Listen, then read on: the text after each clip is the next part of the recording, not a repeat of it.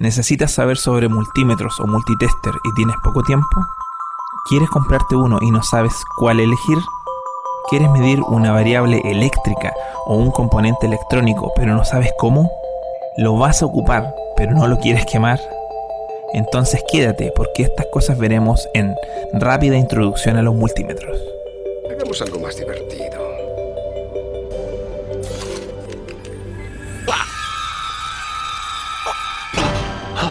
¿Qué es esto?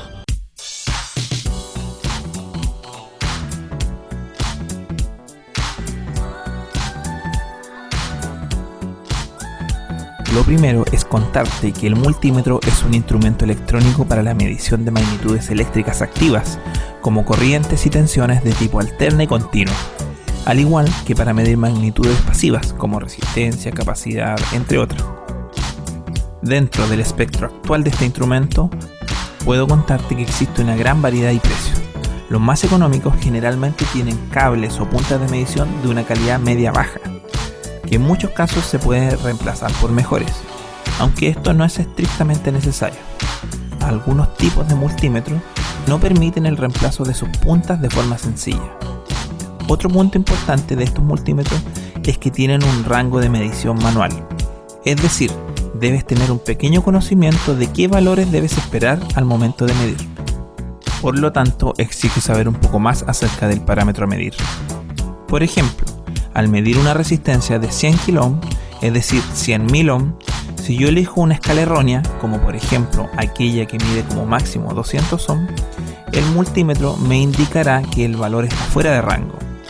Esto se seguirá repitiendo si yo sigo seleccionando escalas inferiores al valor de la resistencia. Esto se soluciona cambiando el selector a una escala de mayor valor. Es decir, si la resistencia es de 100 kΩ, seleccionaré la escala que tiene una lectura máxima de 200 kΩ. Como pueden ver aquí en el instrumento, sí detecta el valor, porque la escala que estoy utilizando es mayor al valor medido. Otro punto importante de estos multímetros económicos es que casi ninguno puede medir condensadores o capacitancia. Esto no representa problema cuando mido otros componentes como resistencias, diodos, transistores. El real peligro para nuestro multímetro lo encontramos cuando queremos medir tensión o corriente, y ese valor es superior a la escala elegida. Ahí existe el riesgo de quemar el multímetro o sus protecciones internas.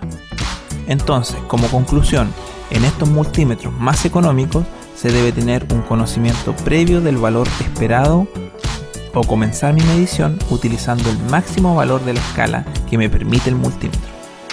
En el caso de los multímetros más costosos o de gama media hacia arriba, casi todos tienen rango de medición automática para todas las magnitudes eléctricas que miden, que son generalmente voltaje o tensión alterna o continua, corriente, resistencia, capacitancia y otras funciones como la comprobación de diodos, continuidad, y en algunos modelos también podemos medir frecuencia. Por lo tanto, es más fácil medir en ellos y hay más prestaciones. Algo importante que decir que pasa con casi todos los multímetros es que para medir corrientes altas requieren que cambies la punta roja de medición al borne que está diseñado para medir esa corriente. De lo contrario, puedes quemar el instrumento de medición. Cuando la medición de corriente es más recurrente en tu labor o debes medir el consumo de corriente sin tener que intervenir el circuito a medir, es recomendable un multímetro con pinza amperimétrica, ya que la corriente se mide por inducción. Este instrumento reduce sus prestaciones en cuanto a las mediciones de resistencia, voltaje y corrientes discretas, pero en cambio permite la medición de voltajes y corrientes más altas que los instrumentos anteriores. Dejamos de lado los multímetros analógicos, ya que actualmente van en retirada y están mucho más limitados. Bueno, esto ha sido todo, espero que les haya servido.